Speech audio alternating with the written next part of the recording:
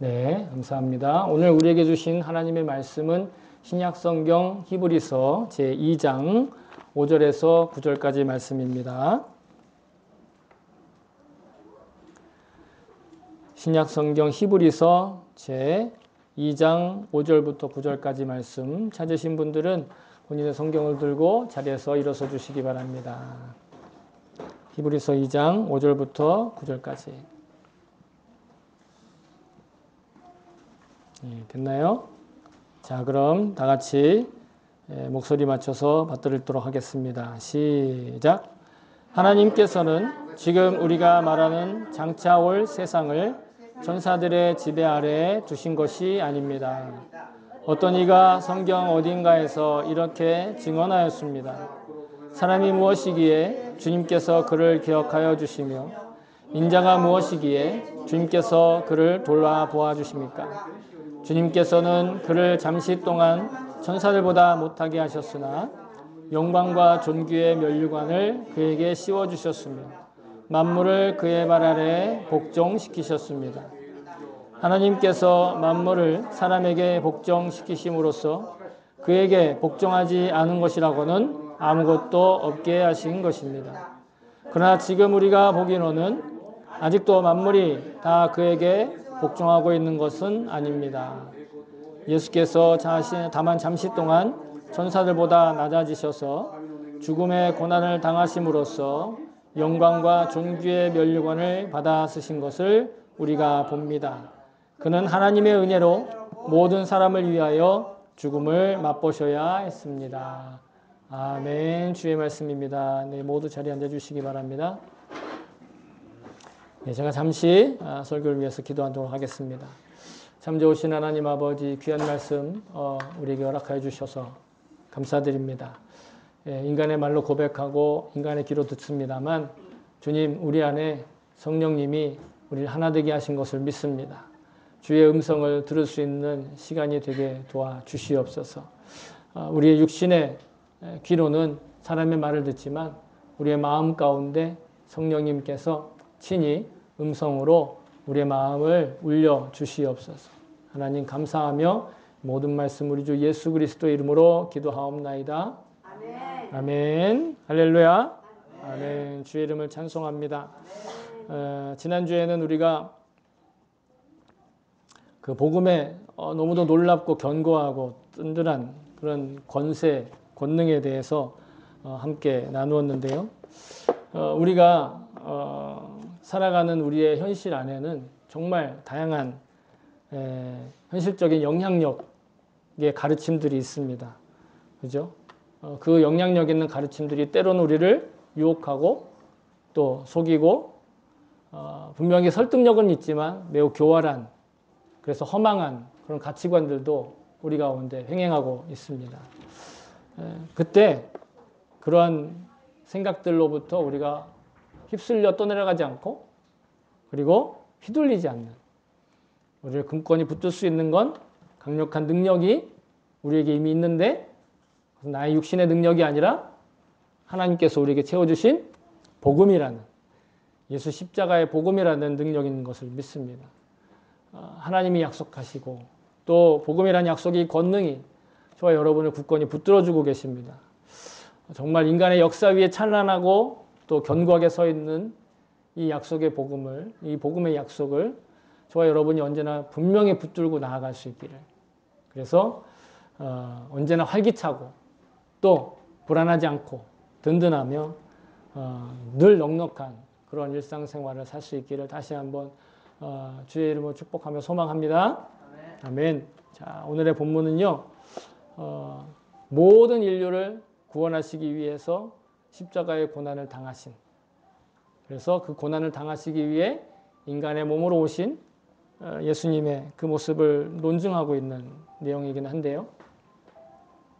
우리가 꼭 잊지 말고 기억해야 될 게 있는데 그것은 바로 예수 십자가의 복음은 어떤 특정한 종교인 그룹을 위한 혹은 그 속에 속해 있는 사람들에게만 아니면 어떤 지식을 가지고 있는 사람들에게만 유효한 어떤 특권이나 이권 그런 것들을 주기 위한 그런 내용이 아니다. 그런 조건을 붙이는 계약이 아니다라는 것입니다.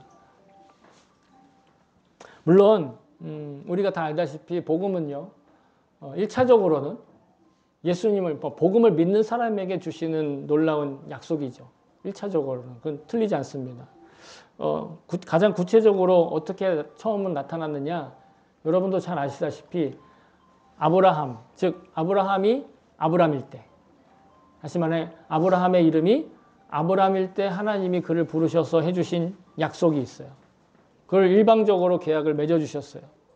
그 약속에 근거해서 이제 아브라함이 자손이 된 사람들, 그래서 하나님을 믿는 사람들은 누구나 다 아브라함에게 주신 복을 받게 되었고 지금 우리도 그렇게 누리고 있어요.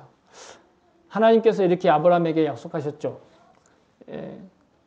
창세기 12장에 나옵니다. 이때는 아브라함이 이름이 아브람일 때였어요. 여호와께서 아브라함에게 이르시되 네게 복을 주어 네 이름을 창대하게 하리니 너는 복이 될지라. 너를 축복하는 자에게는 내가 복을 내리고 땅의 모든 족속이 너로 말미암아 복을 얻을 것이라. 아브라함을 통해서 이제 아브라함이 아브라함이 될 텐데 그를 통해서 세상의 모든 족속이 복을 받게 될 거다. 그래서 그 성경 가운데 예레미야라고 하는 선지자, 예레미야라는 예언자의 글을 통해서 다시 이렇게 확증해 주십니다. 내가 그들에게 복을 주기 위해서 내가 그들에게 복을 주기 위하여 그들을 떠나지 아니하리라 하는 영원한 언약을 그들에게 세우고 나를 경외함을 그들의 마음에 두어 나를 떠나지 않게 하고 하나님이 아브라함의 자손들, 여기서 말하는 그들은 아브라함의 자손들이에요. 그들을 복 주기 위해서 그들을 떠나지도 않을 거고 그리고 우리도 하나님을 떠나지 않도록 그 하나님을 믿는 마음, 경외하는 마음, 하나님을 좋아하고 사랑하는 마음, 그 마음을 주시겠다라는 거예요.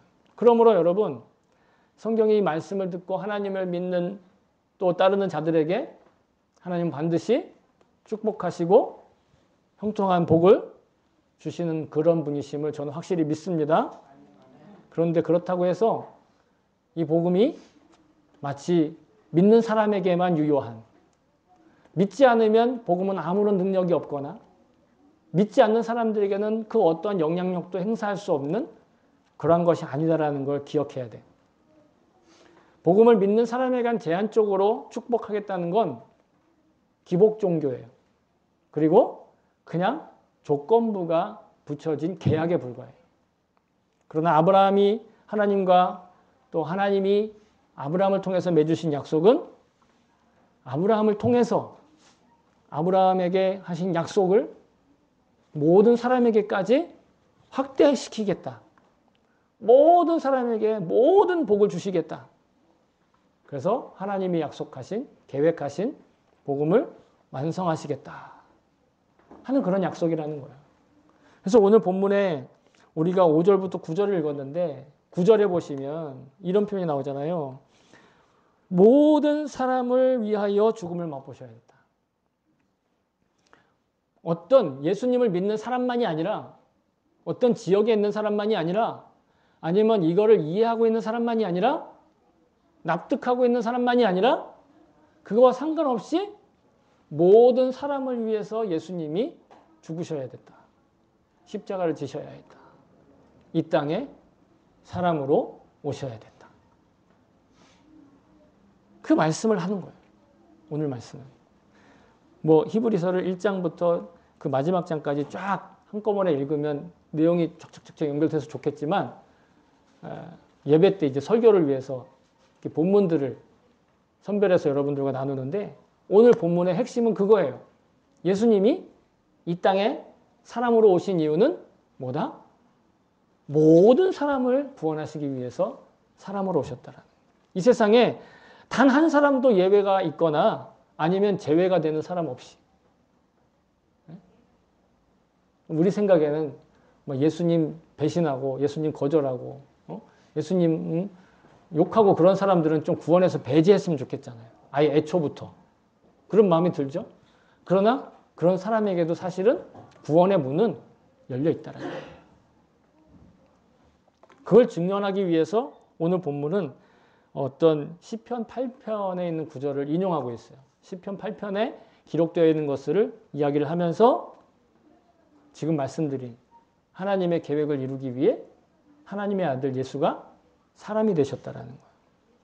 근데 이 구절과 우리가 가지고 있는 성경, 구약 성경에 나오는 시편 8편에 있는 내용을 문자적으로 비교를 하면 약간 좀 차이가 있어요. 그 얘기를 해드리면 원래 시편 8편은요. 예수님을 염두에 두고 쓴 글은 아니에요. 원래 그러니까 구약에 있는 시편은. 그래서 거기에 보면 사람이 어찌 하나님이 이 세상 얼마나 아름답게 지으셨는지 그러면서 사람이 하나님보다 조금 못하게 만드셨다. 그러니까 우리가 하나님의 형상을 입고 태어났는데 우리 하나님은 아니잖아요. 그러나 그 하나님의 형상을 입고 태어난 존재를 통해서 이 세상의 그 아름다운 모든 것들을 다 표현하시고 그리고 지배하시고 관리하시겠다. 이 약속이 시편 8편의 약속이란 말이에요. 그래서 오늘 히브리서의 고백 7절에 보시면 거기에는 하나님보다 못하게가 아니라 뭐보다 못하게? 천사보다 잠시 동안 못하게 라고 기록이 되어 있어요. 그러니까 시편 8편인데 문자 그대로 옮긴 것이 아니라 여기에 영적인 해석이 들어가 있다는 거죠. 시편 8편에 있는 내용은 하나님보다 조금 못하게 창조된 인간의 그 아름다움과 인간의 그 놀라운 은혜를 고백하는 것이라고 한다면 이 히브리서 오늘 말씀은 그 말씀을 인용해서 하나님이 특별히 모든 사람의 대표로서 하나님의 아들 예수 그리스도를 누구보다 천사보다 약간 못하게끔 잠시 가두어 두셨다는 얘기예요. 좀 복잡하죠? 제가 설명을 드리면서도 그냥 복잡하다는 생각을 하긴 해요. 그러나 요는 뭐냐? 성경에 이미 기록해 놓은 그 구절을 통해서 예수님이 인간 본연의 모습, 즉 예수님이 그냥 하나님인데 인간인 척하는 아니면 인간들 중 가운데 뭔가 신적인 능력을 가진 어떤 오묘한 존재로서가 아니라 여러분 그냥 우리와 같은 그런 평범한 모습으로 이 땅에 보내시는데 그게 하나님의 계획과 역사라는 거예요. 하나님의 의도를 가지고 그렇게 하셨다라는 거예요.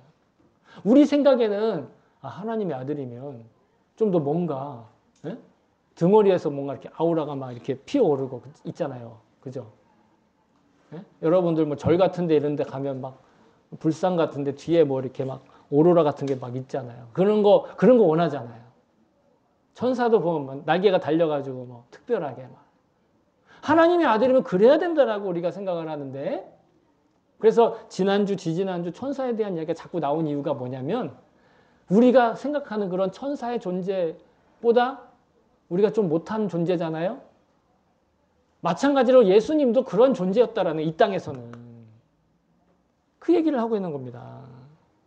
그래서 우리의 구원이라는 게 우리가 믿는 복음이라는 게 어떤 일부의 조건을 갖추어진 그런 한정된 사람들에게 허용된 그런 제약이 있는 특약이 맺어진 그런 계약이라는 뜻이 아니라는 거예요. 왜냐하면 이 말씀이 여러분 오늘 굉장히 중요한 이유는 뭐냐면 우리가 가진 믿음이 있잖아요. 이단 종파나 아니면 신흥 종교나 뭐 성경을 기초로 하는 여러 가지 사이비 종교들이 있잖아요. 그 세속적인 사이비 종교와 어떠한 우리가 차이가 있는가? 그런 세상에 설득력 있는 이야기들과 우리의 복음의 차이가 뭔가에 대해서 이야기를 하고 있는 거예요.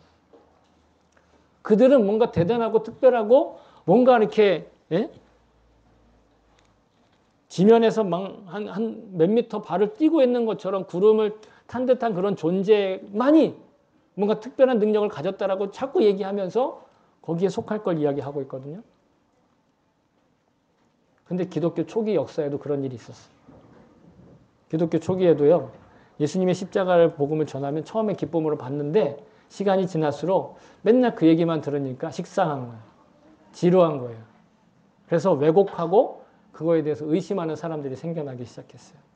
생각을 해보세요. 하나님의 아들 메시아인데 왜 아무런 힘도 없이 십자가에서 죽어? 아, 그 사람이 날 뭘 안다고 나를 위해서 그렇게 죽어? 나를 사랑한다고 그래? 설득력도 없고 매력도 없는 이야기로 들리기 시작을 하는 거예요. 아, 심지어 처음엔 야, 믿기만 하면 돼. 딱 그랬을 때는 너무도 막 기쁘잖아요. 두 번째 만나는데도 야, 믿기만 하면 돼. 그냥 알았어, 알았어. 세 번째쯤 만나면 야, 믿기만 하면 돼. 지겨워. 이런 사람들이 생겨났다는 거예요. 하나님이 인간이 되셨다는 게 말도 안 된다고 느껴지는 거죠. 그래서 나름대로 자기가 이해하기 좋거나 설득력 있는 논리들을 막 만들어내면서 복음을 왜곡하고 오염시키기 시작했다는 거예요. 그 중에 가장 유명했던 것이 영지주의라고 하는 생각이 있어요. 무슨 주의 그러면 이제 사람의 생각의 가치관이잖아요. 지금은 영지주의가 없어요. 지금은 영지주의적인 생각을 안 해요, 사람들이. 대신에 우리의 기본적으로 생각하는 기본적인 어떤 상식은 과학적 사고, 진화론적 세계관. 당시에는 영지주의가 그런 거였어요. 그러니까 영지주의가 성경에서 나오는 얘기는 아닌데 사람들이 생각 가운데 성경을 해석할 때 영지주의라고 하는 생각의 틀로서 그걸 보는 거예요. 이게 뭐냐면 영지라고 하는, 영지 버섯 아닙니다. 영지가 뭐냐면 영적인 지혜를 말하는 거예요. 이게 원어라면 그노시스. 그노시스라고 하는 헬라어가 있는데 그 고대 그리스 말이 있는데 그건 영적인 지혜를 뜻해요. 그러니까 우리 육신적인 지혜가 있잖아요. 근데 육신적인 지혜 말고 영적인 지혜의 존재가 있다는 거예요. 그 영적인 지혜의 존재가 가장 선하고 그거는 어떤 순결하고 이렇게 완전 무결한 눈에 보이지 않지만 완전히 정말 우리의 세계와는 완전히 떨어져 있는 철학으로 얘기하면 여러분 들어보셨는지 모르겠는데 플라톤의 이데아라고 하는 세계가 있잖아요. 플라톤이라고 하는 사람이 만든 그 이데아 세계, 완벽한 거. 그게 영지예요. 그게 그 지식이에요. 그래서 그 지식을 얻어야 어떻게 된다? 구원받는다. 사람답게 산다. 회복된다. 그게 없으면 어떻게 돼요? 어둠 가운데 있다. 그리고 심지어는 영적인 지혜를 가지고 있는 존재와 악한 지혜를 가지고 있는 영적인 존재가 서로 싸워서 이기는 편, 우리 편 된다. 이렇게 얘기하는 거예요. 어떻게 보면 굉장히 설득력 있죠, 여러분. 지금도 보면은 악한 놈들, 악한 무리가 있고, 예? 선한 무리가 있어서 막 서로 싸우고, 그죠? 누가 이길까 막 그러면서 자기 편이 선한 편이잖아요. 예? 빛과 어둠을 나누고, 선함과 악함을 나누고, 세상이 그렇게 둘로 딱 갈라져 있다라는 거예요, 두 영역으로. 지금도 그렇게 생각할지 모르겠지만 여러분 그건 성경적인 생각은 아니에요. 왜? 성경은 하나님이 어두움 가운데서 질서를 내셨다라고 말씀하시거든요. 그러니까 하나님 안에는요. 우리가 볼 때는 선하고 악한 것이 하나님 안엔 다 들어있어요.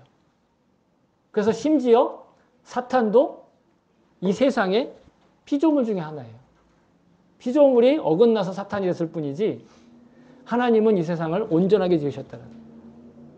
그래서 사람들이 착각하기를 하나님과 사탄은 1대1로 맞서 싸울 수 있는 존재인가 보다 착각하는데 그렇지 않다라는 거예요.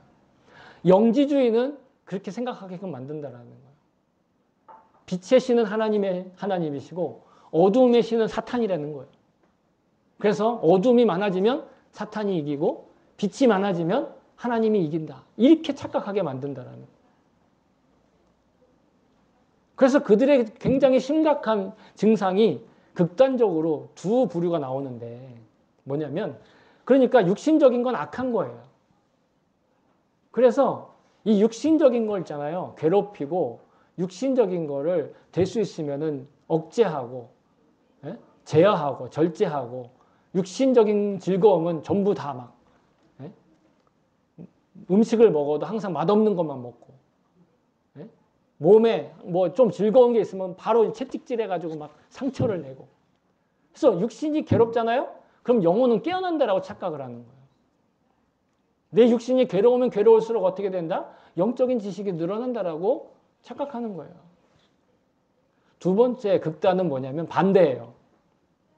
자, 영적인 건 귀한 거고 육적인 건 어때요? 더러운 거예요. 그러니까 이 육적인 것은 더럽기 때문에 허무한 거기 때문에 육적인 것들을 아무리 방종하고 아무리 자유롭게 해도 영혼의 구원은 영향을 안 미친다라고 착각을 하는 거예요.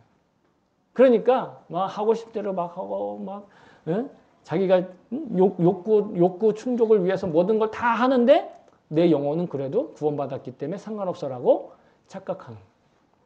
이 두 가지가 다 영지주의적인 영향에 나와서 기독교의 복음을 왜곡하는 거예요. 그러니까 금욕주의자들도 아니면 방종주의자들도 다 이 복음을 영지주의적으로 잘못 해석했다라는 거예요. 그런데 이 금욕주의자들이나 방종하는 자들이나 영지주의자들의 공통적인 심각한 문제가 있는데 그게 뭐냐면 그것은 그 구원의 문제에 있어서 영생의 문제에 있어서 인간적인 어떤 노력이나 실력을 통해서 영적인 지식을 가진 일부만 구원에 합당한 경지에 오를 수 있다라고 생각하는 건 똑같다는 거예요.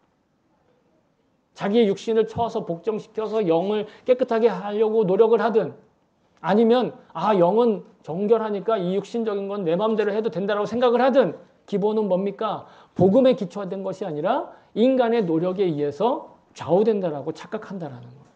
그때부터 교회는 이런 이단적인 생각과 복음의 약속을 분별할 필요를 느끼고 있었던 거예요.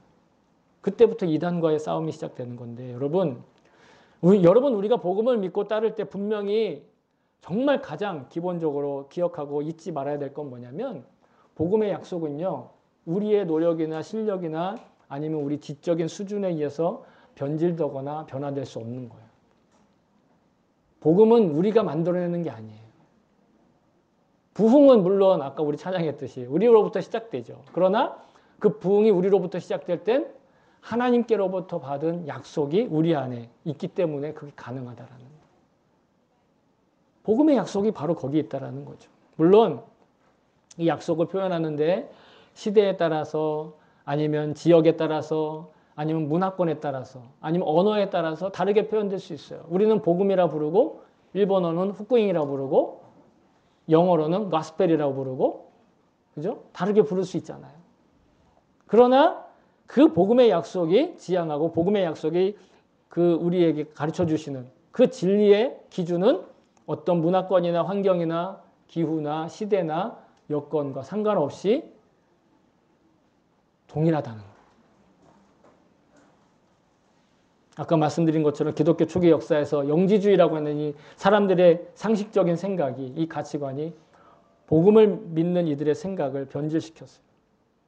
근데 앞서도 말씀드렸다시피 오늘날 우리도 복음을 변질시킬 수 있는 유혹이 있는데 그게 바로 과학적 사고와 진화론적인 세계관입니다. 물론 과학적 사고와 진화론적 세계관이 악한 거니까 그거 다 버려라 이 뜻이 아니에요.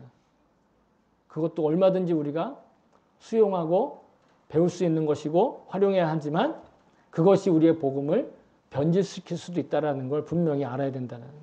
무슨 얘기냐면 인간의 생각에 납득되고 이해되어야 믿을 수 있다는 태도가 우리를 잠식하고 있다는 거예요. 내가 받아들일 수 있으면 내가 그것들을 설명할 수 있으면 내가 그것들에 대해서 이해할 수 있으면 그때 믿을 수 있다라고 착각한다라는 거예요. 자기의 지식의 이해 영역에 벗어나면 어떻게 된다? 그건 믿을 수 없는 거야. 그건 믿어서는 안 되는 거야. 라고 치부해버린다는 거죠. 이제 우리의 문제만이 아니에요. 예수님 당시에도 있잖아요. 예수님의 당시에도 유대 지도자들도 마찬가지로 예수님의 가르침과 말씀을 그렇게 왜곡했어요. 무시했어요.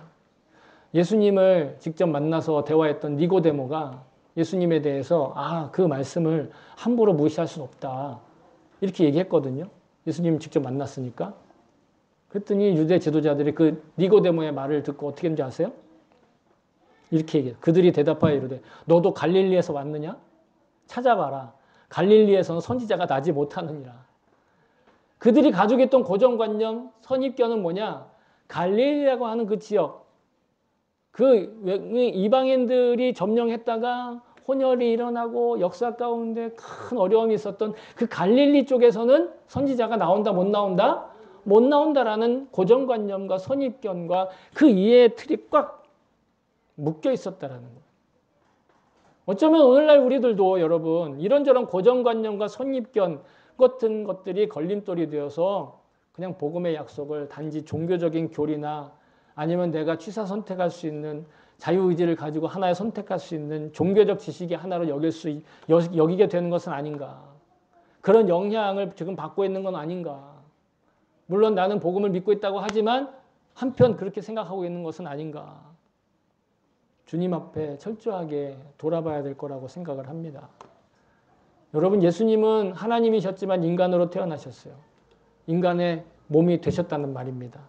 그냥 그냥 인간을 입은 정도가 아니라 그냥 인간이셨다라는, 완전한 인간. 이건 제 얘기가 아니라 성경의 요한이 증언하고 있는 거예요. 요한일서 4장 2절에 보시면 이로써 너희가 하나님의 영을 알지니 곧 예수 그리스도께서 육체로 오신 것을 시인하는 영마다 하나님께 속한 것이요.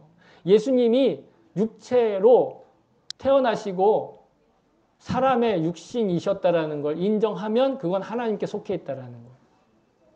그렇지 않고 아까 영지주의처럼 사람의 육신은 악한 거니까 예수님은 육신으로 있지 않고 영으로 있다가 십자가에 달려서도 어떻게 해요? 죽은 척 했다는 거야.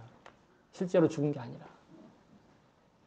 이런 말도 안 되는 얘기를 한다는 거야. 그러나 요한이 육체로 오셨다고 고백하는데 이것은 예수님이 저와 여러분과 같은 이런 인간의 환경에서 살아내셨다라는 거예요.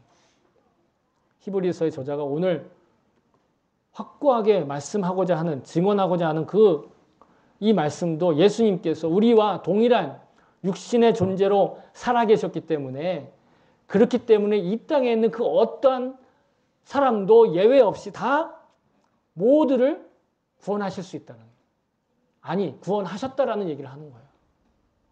구원하셨는데, 구원하셨다라고 예정됐다고 말씀드리잖아요. 그 예정에 대해서 제가 전에도 그런 비유를 드린 적이 있는데, 예정은 뭐다? 예약된 거라고 말씀드렸잖아요.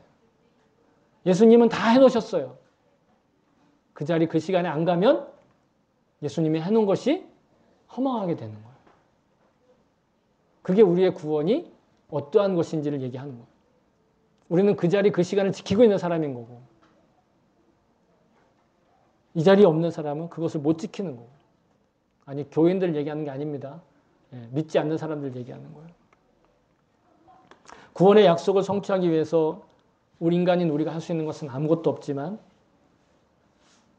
그게 어떠한 가치를 지니고 있는지, 어떠한 능력을 가지고 있는지 다시 한번 마태복음에 보시면 마태복음 18장 23절부터 나온 구절이 있는데 이렇게 기록하고 있습니다. 그러므로 천국은 그 종들과 결산하려 하던 어떤 임금과 같으니 결산할 때 10,000달란트 빚진 자 하나를 데려오매 그 종의 주인이 불쌍히 여겨 놓아보내며 그 빚을 탕감하여 주었더니,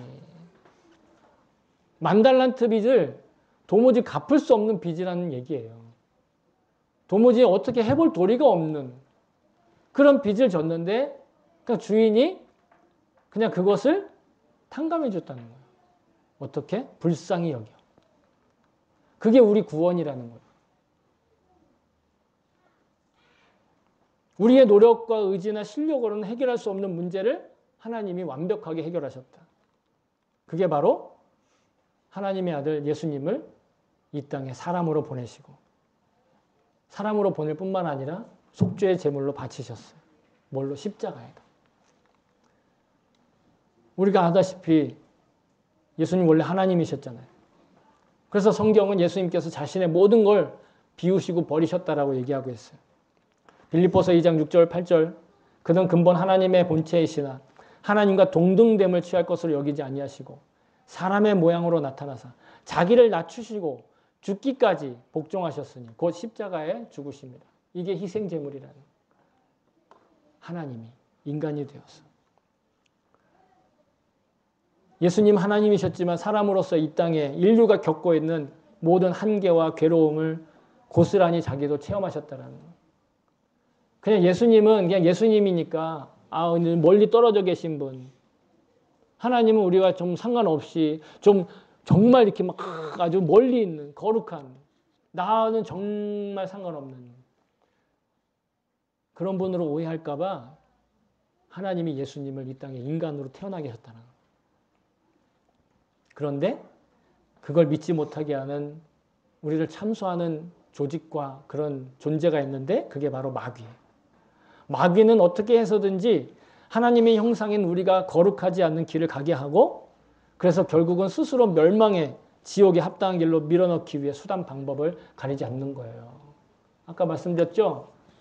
야, 마귀가 그렇게 얘기하는 거예요. 하나님이 널 뭘 보고 거기 예약을 했겠어. 하나님이 뭘 안다고 하나님이 너 알면 하나님이 너 거기다 예약하실 것 같아? 라고 끊임없이 우리에게 속인다는 거예요. 조금이라도 잘못된 걸 하고 조금이라도 그냥 발을 헛디디면 거봐 너는 원래 그런 존재야. 아주 고발하고 참소하는데 능한 자가 사탄이. 하나님이 욥을 인정하시고 신실하다고 하셨어요. 근데 사탄은 뭐라고 합니까? 이렇게 얘기합니다. 욥기에 보시면 사탄이 여호와께 대답하여 이르되 욥이 어찌 까닭없이 하나님을 경외하리까?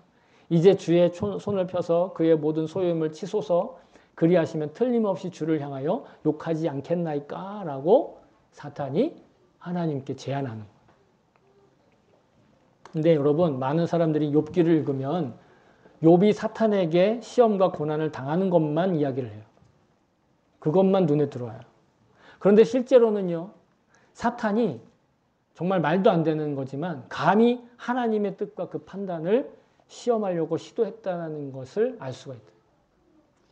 욥이 시험을 당한다기보다는 하나님께서 신실하다고 여기시고 온전하다고 정직하다고 말씀하시는 그 하나님의 인정하심과 그 뜻을 회방놓고 그것을 폄하하려고 하는 그 가치를 깎아내리려고 하는 욥의 고난은 또 다른 의미에서 하나님께 고통스러운 일이었다는 거예요. 왜냐하면 하나님께서 사랑하시는 존재, 당신의 형상으로 창조된 욥의 고통과 괴로움은 곧 하나님의 괴로움이기도 했다라는 거예요. 여러분 우리의 문제는 우리만의 문제가 아니라 이제는 하나님께도 문제가 된다는 거예요. 우리의 괴로움은 나의 괴로움만이 아니라 하나님의 괴로움도 된다는 거예요. 왜? 예수님이 사람이셨으니까. 예수님이 그걸 아시니까. 우리는 하나님은 그걸 모르신다라고 생각할 수도 있어요. 하나님은 영이시고 하나님은 위대하시고 크시니까 어떻게 나같이 이렇게 어떤 개그맨이 예수님을 믿고 큰 대형교회에 다니기 시작을 했어요. 근데 설교를 들으면서 하나님이 자기를 아신다. 하나님께 자신을 부르짖어 기도해야 된다. 하나님이 나를 알게 하셔야 된다. 아시게 해야 된다. 그런 메시지를 들은 거예요. 부르짖어서. 그랬더니 그 개그맨이 그랬다는 거예요. 하나님 저 누구누구인데요. 주민번호 몇 번. 하나님 주민번호 몇에 접니다. 그러고 얘기를 하면서 기도를 했대요. 하나님 그렇게 느껴지는 거예요. 하나님 수많은 사람들이 있으니까 하나님 나를 어떻게 알겠어. 근데 하나님이 예수님을 보내셔서 우리 모든 사람들의 고통 하나하나에 관심을 기울이시고 하나하나 다 체험하시고 체감하시고 실감하시는 분이라는 거예요. 그게 바로 여러분 그게 욥기의 주제라는 거예요. 욥기의 주제가 단지 우리가 살다 보면 이런 어려움도 겪을 수 있어 라는 정도가 아니라 우리의 그 어떤 어려움도 우리의 어떤 그 고민도 괴로움도 문제도 심지어 질병도 이제는 더 이상 내 문제가 아니라 나만의 문제가 아니라 하나님과도 같은 문제, 하나님도 그것에 대한 관심사를 기울이시고 같은 어려움으로 겪으신다라는 거예요. 근데 여러분 우리가 이 땅에서 겪는 욥과 같이 겪는 현실적인 일들 그리고 우리가 겪는 좋은 일 또 그 잘 되는 일 이것도 형통이지만 축복이지만 욥기는 무엇을 얘기하고 있느냐면 그렇게 하나님이 함께 고통 당해 주시고 함께 괴로워하시는 그것이 우리에게 정말로 좋은 일이고 그것이 축복이고 그것이 형통이라는 것을 말씀해 주고 있는 거예요. 그래서 욥은 말로는 다 표현할 수 없는 고통 가운데 있었지만 그는 형통한 사람이었다라고 감히 말할 수 있는 그 끝에 욥기의 결론에 42장 여러분 욥기가 있잖아요. 1장, 2장은 그 왜 괴롭게 됐는지의 얘기가 어떤 고통을 겪는지에 대한 얘기가 나오고 나머지는요. 전부 욥이 자기가 얼마나 괴로웠지를 얘기하는 거예요. 42장까지. 그리고 하나님도 말씀하시고 뭐 친구들도 말하지만 그 마지막에 욥이 이렇게 고백을 해요. 결국은 내가 주께 대하여 귀로 듣기만 하였사오나 지금까지는 하나님에 대해서 그러니까 우리가 생각하듯이 하나님 저 소대섭인데요. 주민번호 7403에서 이렇게 하는 그렇게 하나님께 나를 알려드려야 겨우 아실 것 같은 그게 귀로 듣는 거예요. 그러나 오늘 보세요. 이제는 눈으로 주를 배웁니다. 왜? 하나님이 나의 고통 가운데 나의 고통을 함께 체감하시니까. 욥만이 아니에요. 성경에 보면 수많은 인물들이 많이 나오는데 그중에 굉장히 유명한 요셉이라는 인물도 있어요. 요셉이라는 인물 때문에 결정적으로 이스라엘 민족이 큰 민족을 이루게 되는데 사실 요셉은요 굉장히 굴곡진 인생을 살았어요. 아주 고통스러운 인생을 살았어요. 뭐냐? 형들이 10명의 형이 있는데 다 10명의 형이 자기를 다 미워해. 우리 애들이 4명이 있는데 그 4명인데 한 명이 이짐에 당하면 그렇게 괴로워하는 데 있잖아요. 10명의 형제가 다 미워한다고 생각을 해보세요. 뿐만 아니라 그 미움받고 종으로 팔려요. 소위 말해 인신매매를 당해요. 남한테 인신매매를 당하는 게 아니라 자기 형제들한테 인신매매를 당해요. 그래도 성품이 좋았는지 좀 잘 살게 되고 막 그 자기 상전한테 인정을 받아가지고 좀 잘 되나 싶었는데 어느 날 갑자기 누명을 또 억울한 누명을 쓰고 감옥에 또 갇히게 되는. 근데 여러분 성경은 그의 삶에 대해서 이렇게 얘기하고 있어요. 창세기 39장 2절에 보시면 여호와께서 요셉과 함께 계심으로 그가 형통한 자가 되어 그의 주인 애굽 사람의 집에 있다. 여호와께서 그와 함께 계시니 그것이 형통함이라는 거예요. 그것이 모든 것이 잘 되는 길이었다라는 거예요. 그래도 그는 애굽 사람의 종이었어요. 그 애굽 사람의 집에 있었다라는 건 신분이 상승됐다는 게 아니라 여전히 종이라는 거예요. 여전히 팔려온 노예였다라는 거예요. 그런데도 그는 하나님이 함께 계시니 성경이 말하기를 하나님과 함께 있는 것이 형통함이다라는 거예요. 형통한 사람이 받을 때 그 부유함이 진정한 풍성함이 되는 거예요. 잠깐 죄인과 악인들이 부유한 일이 있을 수 있어요. 그러나 그것은 결국 하나님께서 연약한 들과 의인들을 위해서 쌓으신 재물이라고 성경은 말하고 있어요. 잠언 13장 22절. 선인은 그 산업을 자자손손에게 끼쳐도 죄인의 재물은 의인을 위하여 쌓이느니라. 아무리 악인들이 부를 쌓고 명예를 쌓아도 결국 하나님께서 인정하시는 의인들을 위해서 잠시 보관해 놓는 것이다. 이처럼 하나님께서 예수님을 사람으로 살게 하셨고 그리고 오늘 본문에 나오듯이 잠시 천사보다 나약한 존재로 두신 것. 그것은 바로 우리 하나님의 형상이면서 동시에 육체를 입고 사는 우리의 연약함 뿐만 아니라 사악함 그리고 한심스러움, 추악함을 정결하게 하시고 거룩하게 하시려는 위대한 계획의 아주 일부의 것이었다는 걸 저는 믿습니다. 저와 여러분이 복음을 믿는다는 게 이 땅의 수많은 사상 중에 하나 중에 이야기 중에 정보 중에 하나에 몰두하는 것이 결코 아닙니다. 비교적 납득되고 이해가 되는 그 가치관을 내 자유의지를 가지고 받아들이는 그런 문제 그냥 종교의 자유가 있으니까 그냥 내가 여기가 분위기가 좋으니까 그래서 믿는 것이 아니에요. 응? 눈에 보이지 않는 어떤 비현실적인 것 그냥 그것에 세뇌되어서 자기 도취에 빠져서 살아가는 이런 몰상식한 것도 아니에요. 이상한 게 아니에요. 이 땅에 사는 그 어떤 누구도 여러분 멸망하거나 지옥에 대한 막연한 걱정과 염려와 두려움과 앞으로 미래에 대한 장래에 대한 그런 마음의 흔들림이 없이 자신을 잃고 방황하고 있는 이들이 없도록 빛을 비추는 것. 여러분 그것이 복음을 믿는 것이고 또한 복음을 전하는 일인 줄로 믿습니다. 내가 복음을 믿어야 복음을 전할 수 있는 거예요. 먼저 내가 복음을 믿는 게 중요한데 그 복음을 믿는 건 내 실력과 능력으로 되는 게 아니에요. 예수님께서 나처럼 인간이 되셨다. 그래서 그 복음이 완성된 거예요.